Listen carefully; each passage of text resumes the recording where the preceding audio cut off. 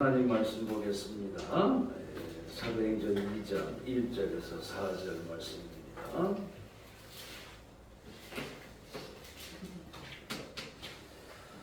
사도행전 2장 1절에서 4절까지 같이 읽겠습니다. 오순절날이 이미 이름에 그들이 다 같이 한 곳에 모였더니 호련히 하늘로부터 극하고 강한 바람 같은 소리가 있어 그들이 앉은 온 집에 가득하며 마치 불의 볕처럼 갈라지는 것들이 그들에게 모여 각 사람 위에 하나씩 임하여 있더니 그들이 다 성령의 충만함을 받고 성령이 말하게 하심을 따라 다른 언어들로 말하기를 시작하니라. 아멘. 다시 한번 기도하겠습니다. 사랑의 주님, 은혜를 감사합니다.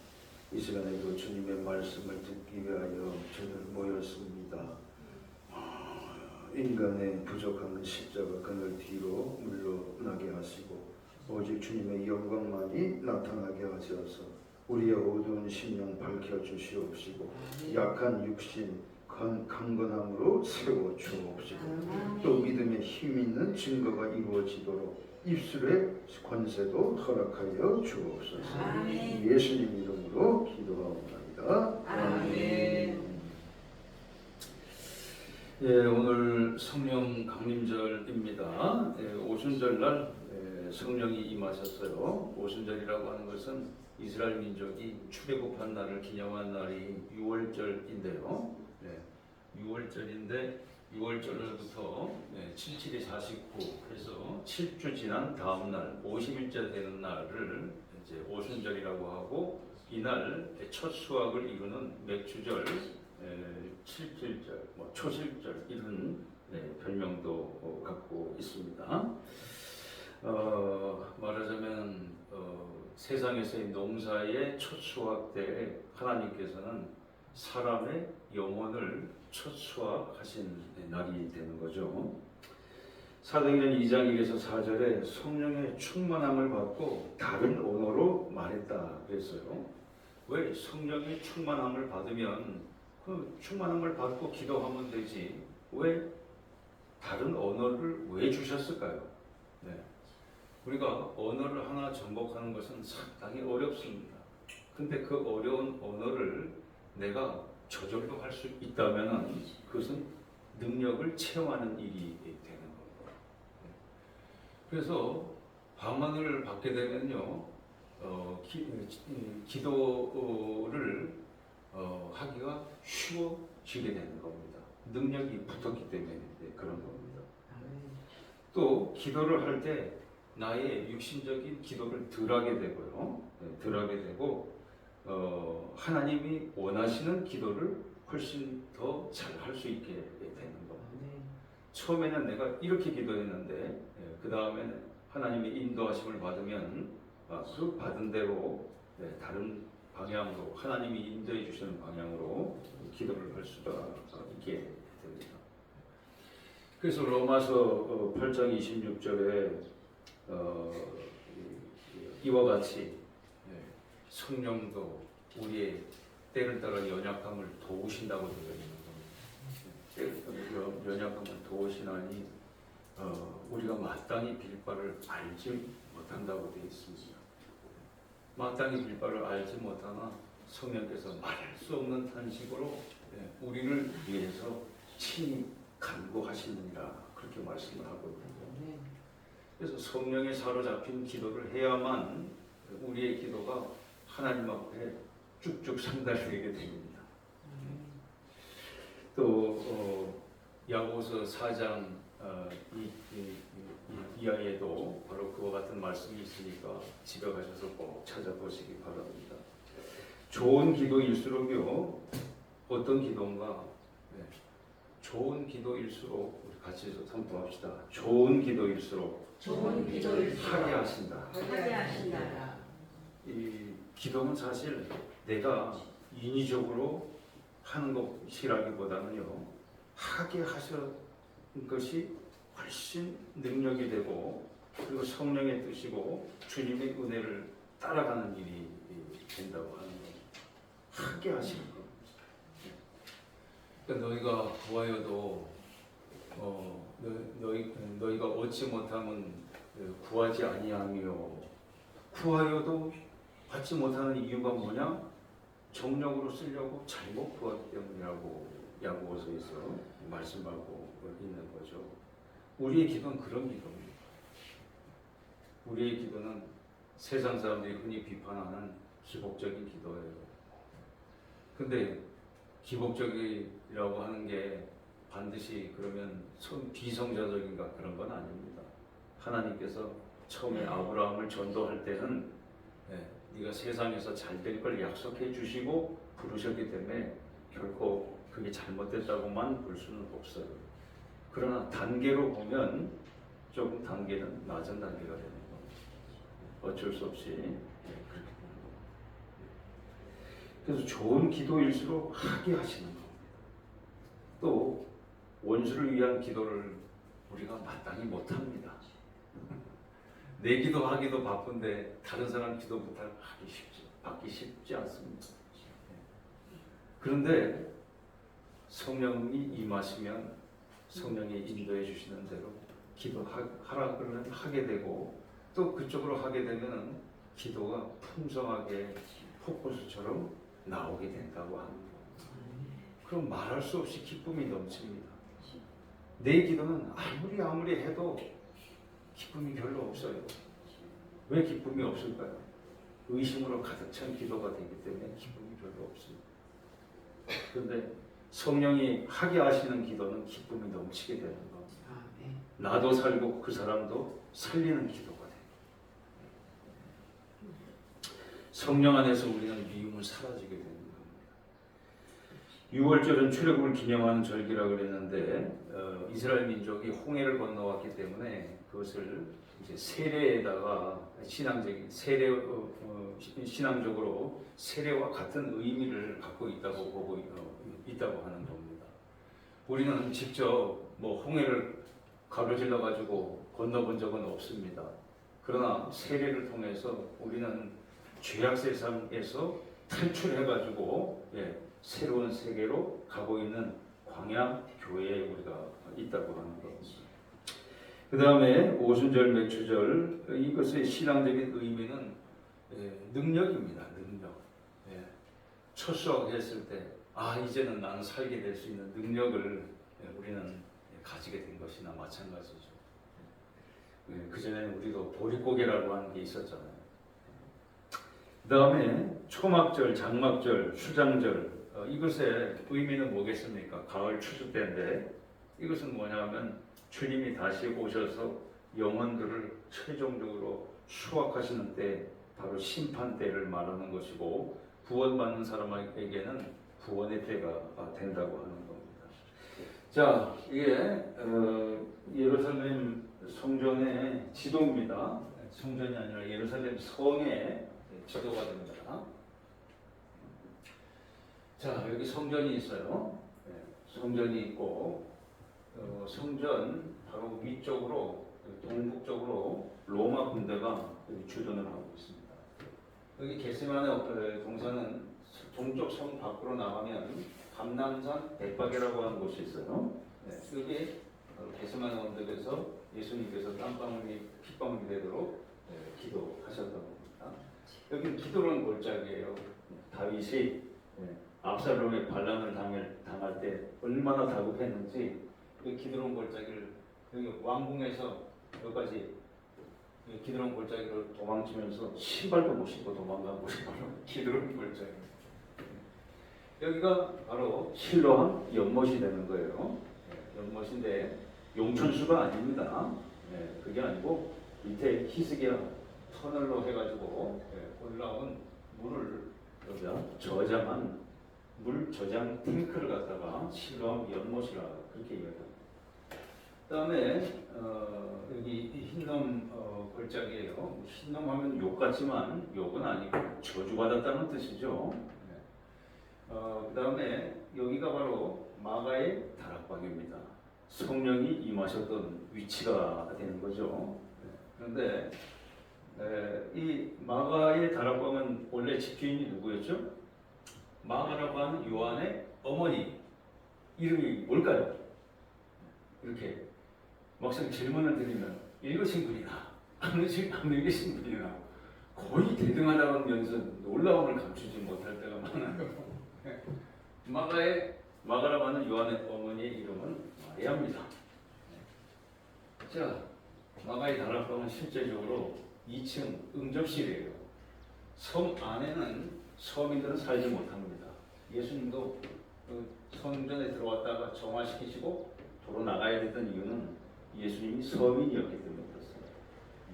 성 안에는 귀족과 군인들과 또 왕 이런 사람들 또 큰 상인들만 살게 되어 있는 거예요. 그러니까 마가의 다락방을 2층 응접실을 우리 집의 다락방이 아닙니다. 2층 응접실에 응접실을 제공할 수 있을 만한 집을 갖고 있던 사람은 상당한 부자였던 겁니다. 어느 정도로 부자였느냐? 바로 집 앞에가 대제사장 가야바의 집이에요. 바로 집 앞에. 대제사장 가야바하고 이웃입니다. 이웃이 상당한 거죠. 그런데 대제사장은 예수님을 죽일 생각을 하고 있는데 여기서는 성령이 임하셔가지고 큰 방언 소리가 집이 떠나가도록 울려 퍼지게 되는 거죠. 그리고 여기서 예수님께서 재판 받으시고 채찍 맞으시고 올라가신 곳이 골고다 언덕이 되는 겁니다. 지금은 공원처럼 돼 있어요. 저는 아주 우연한 기회에 이곳이 골고다 언덕이라고 하는 것을 알게 됐는데요. 일반적으로 성지순례를 가면 이곳은 못 갑니다. 못 가는 게 아니라 가이드들이 안내를 안 해요. 자기들 가는 코스, 돈 버는 코스로만 안내를 하지 이런 유서 깊은 데는 절대로 데려가지 않습니다. 만약에 데려가달라 하면 돈을 더 붙입니다. 저는 여기서 화장실을 찾는데 우리하고는 다르게 우리나라는 참 좋은 나라입니다. 유럽에는 외국인들한테는 화장실 사용료 다 받습니다. 우리나라처럼 좋은 나라는 없습니다. 화장실을 찾는데 이 사람이 내가 그 1달러를 안 내고 들어갈까 봐 얼마나 감시를 하는지 종종종종종 따라와요. 글쎄요. 근데 주겠다고 말이지. 주겠다고. 그거 안 내고 도망칠까 봐. 그리고 딱 돌아섰는데 보니까 장소가 이곳이었어요. 참 하나님께서 이렇게 사람들 간에 불화를 통해 가지고도 그런 걸 발견하게 해주시는 게 참 감사하더라고요. 바로 그 자리가 화장실 자리가 있는 그 자리가 저 아래쪽에 골고다 언덕이었던 거예요. 그리고 매장지가 되는 겁니다. 이 매장지에는 이스라엘에 웬만한 돈 있는 사람은 뭐 어림도 없습니다. 전부 부활하려고 여기 매장지를 돈을 엄청나게 갖고 있는 갑부들만 갖고 있는 무덤이 바로 이쪽에 다 집중되어 있습니다. 자, 여기 지금 좀 밑에 장면은요, 좀 가려져가지고요, 성과 외부의 모습을 보고 계십니다. 성령을 주시기까지의 과정을 말씀드리면 부활하시고 난 다음에 요한복음 20장 22절에 보면 성령 강림이 사도행전에서 갑자기 일어난 역사가 아니에요. 그게 아니고 요한복음 20장 22절에 보면 예수님께서 부활하시고 난 다음에 11명의 제자를 부르셨어요. 그래서 이 날이 언제냐? 안식 후 첫날 저녁이라고 되어 있습니다. 그러면 무슨 날이죠? 주일 저녁이 되는 거죠. 주일 저녁. 주일 저녁에 제자들을 부르셔가지고 저희들에게 성령을 받으라고 공급을 먼저 해주셨습니다. 이 11명이 먼저 공급을 해주셨어요. 이 11명이 성령을 받고 나니까 기도를 안 할 수가 없습니다. 성령 받으면 기도 안 할 수가 없어요. 24시간 기도해도 모자라요. 기도를 많이 하니까 주변에 다른 제자들이 70명이 모이고 120명으로 확장이 되게 된 거예요. 더 많은 사람들에게 성령이 임하시게 된 겁니다. 그리고 마가의 다락방에 모여가지고 2층 응접실에서 기도를 한 겁니다. 아, 가이드가 저보고 뭐라고 얘기를 하냐면 제가 아니 다락방에 120명이 들어갈 수가 있는 다락방이 있냐 그렇게 얘기를 하니까 하는 말이 있으니까 들어갔겠죠 그러더라고. 자, 이 건물은요. 이거 실제 사진 내부 모습이에요. 마가라고 하는 요한의 어머니의 집 2층 다락방의 전경입니다. 여기만 있는 공간이 있는 게 아니고 이 안쪽으로 더 있어요. 다락방이 이런 다락방이 세상에 없잖아요. 우리식의 다락방이 아니기 때문에 금방 아실 수 있어요. 그래서 실제로 가보면은 120명 정도 들어갈 수 있는 공간이 됩니다. 이 건물은 이제 예수님 때 당시의 건물은 아닙니다. 뭐냐면은 십자군 전쟁 때 다시 지었어요. 왜냐하면 십자군 전쟁 때 파괴가 되었기 때문에 그걸 십자군들 군인들이 이걸 다시 지은 겁니다. 다시 지어서 바친 거죠. 그래서 성령 충만함의 결과는 자꾸 기도하고 싶고 같이 기도하고 싶다는 거. 성령 충만. 표지는 바로 그거예요. 길을 가면서도 기도하고 싶고 또 제목을 주시는 대로 기도하는 게 그렇게 즐겁고 기쁜 겁니다. 내 기도는 안 해도 상관이 없어요. 내 기도는 다 맡기는 기도입니다. 나머지는 다 인도해 주시는 기도를 하게 됩니다. 다른 언어로 말하게 되는 것은 넓은 세계관을 가지는 거예요. 내가 만약에 중국 방언을 받았다. 그러면 중국에 대해서 옛날에 안 좋은 인식을 가졌던 사람도 좋은 인식을 갖게 되는 겁니다. 중국을 사랑하게 돼요. 일본이 그렇게 싫었던 사람도 일본 방언 받고 나면 일본이 좋아지게 되는 겁니다. 일본 백성들의 영혼을 좋아하게 되는 거죠. 넓은 세계관을 가질 수 있게 돼요. 또 최고의 선물을 받는데 성령 강림절이 어느 정도로 긴 주간이냐? 추수감사절 때까지가 성령 강림절입니다. 그래서 교회의 절기 중에서 가장 긴 절기가 바로 성령 강림절이 되는 겁니다. 그래서 농사주 농사는 믿음 농사죠. 성령 강림절인데 제가 이 글자를 붙여놓은 이유는 성령을 반드시 받아야 되고 받는 방법은 절대로 어렵지 않고 예수님께만 집중하면 금방 받는다는 소리입니다. 저는 성령을 아직 못 받았습니다. 어렵습니다. 그건 방해를 받는 게 너무도 많기 때문에 방해받는 생각들이 너무 많아서 다 접으시고 휴대폰도 다 끄시고 예수님께만 집중하시고 찬송 한 장 부를 때 저는 성령 받았습니다. 성령의 권능이에요. 오직 성령이 임하시면 권능을 받고 증인이 된다고 그랬습니다. 예루살렘 지역 내의 선교를 말하는 겁니다. 온 유대 나라 전체를 말하는 거잖아요. 사마리아는 우리로 치면 북한인데 선교 중에 선교가 뭐냐? 원수 선교입니다. 원수 선교. 사마리아는 바로 그걸 뜻하고 있어요. 땅 끝까지입니다. 세계적인 선교가 됩니다.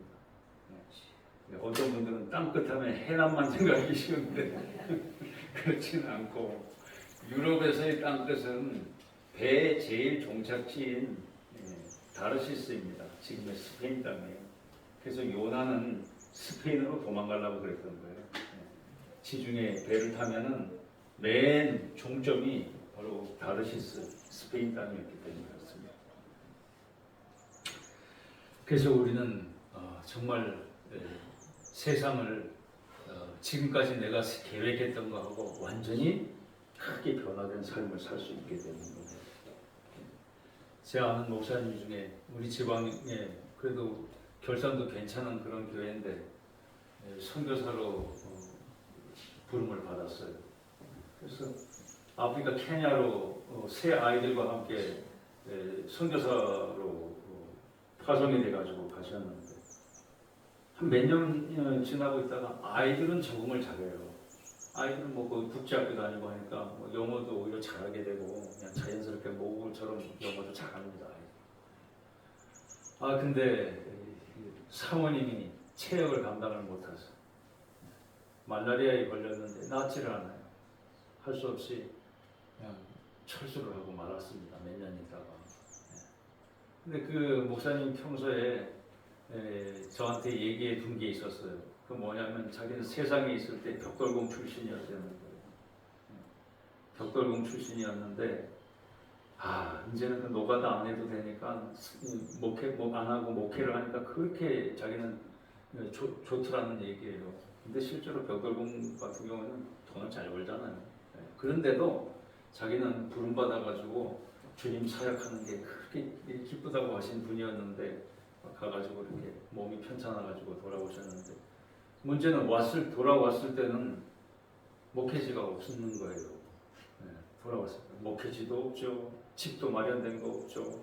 할 수 없이 그냥 저기 사모님 고향에 가가지고 고향이 저 제부도인데 포도 잘 나고 이제 처가살이 하면서 몇 년 있었는데 마침 좋은 기회가 좋은 기회가 생겼어요. 뭐냐면 호주에서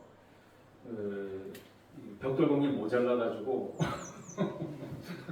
벽돌공을 모집을 하는데 임금을 굉장히 많이 준다고 이제 이렇게 조건을 내걸었어요. 나라에서 모집을 하는 거니까. 그래서 다시 벽돌공으로 간 겁니다. 근데 제 생각이지만 결코 기쁘지는 않았을 것 같더라고요. 왜냐하면 우리나라에서도 벽돌공 전문적인 기술 갖고 있는 분들은 상당히 대우가 좋은 걸로 제가 알고 있거든요. 그런데 다시 이제 그것 때문에 벽돌공으로 가셨다는 얘기 들었을 때 참 마음이 한편으로는 짠하고 그렇더라고요. 근데 어쨌든 또 처자식이 있으니까 뭐 흔쾌히 간 거죠. 가서 그러면 벽돌공으로 해서 돈을 많이 버셨나 하고 궁금해서 몇 년 있다가 주소록을 이렇게 보니까 감리교는 주소록 보면 다 알거든요. 보니까 호주 선교사로 파송을 하셨더라고요. 호주 선교사로. 사명은 어쩔 수 없는 거예요. 실험해야 돼. 저는 우리 성도들께서 예수 믿는 것도 시시하게 믿지 마시고 사명으로 생각하고 믿으시기를 주님의 이름으로 축복합니다. 세상에서 나가서 벌이 좀 되는 거 그거 오래 가지 못합니다. 제자들도 마찬가지 아닙니까? 업으로 돌아갔는데 만약에 그대로 살았으면 업으로 그냥 끝났을 겁니다. 어부보다 순교를 당할지언정 하나님의 자녀가 100번 난 겁니다. 그 중에는 세리도 있었고 열심당도 있었던 거죠. 그러나 다 세계적인 사명자로 쓰임받게 된 것 아닙니까? 구약에서도 보면 엘리사는 본래 가축 키우던 사람이었습니다. 소 12결이면 얼마입니까? 24마리를 한꺼번에 모으는 대목장 주인이에요. 엘리사가. 아모스는 누이, 이제 누에가 아니고 누에 뽕 따는 사람이었어요. 근데 부름 받아가지고 국제적인 선지자로 쓰임 받습니다. 이사야 선지자는 외무 공무원이었고 예레미야 선지자는 귀족 출신이었는데 또 하나님께서 이 예레미야 선지자에게는 또 특별한 십자가를 주셔가지고 결혼을 못하게 됐어요. 독신의 은사를 주신 겁니다. 눈물의 선지자예요. 눈물로 기도한 것밖에 없는 분인데도 그런데도 저는 하늘 상급이 큰 분이었습니다. 그래서 오늘 성령 강림절 결론은 이겁니다.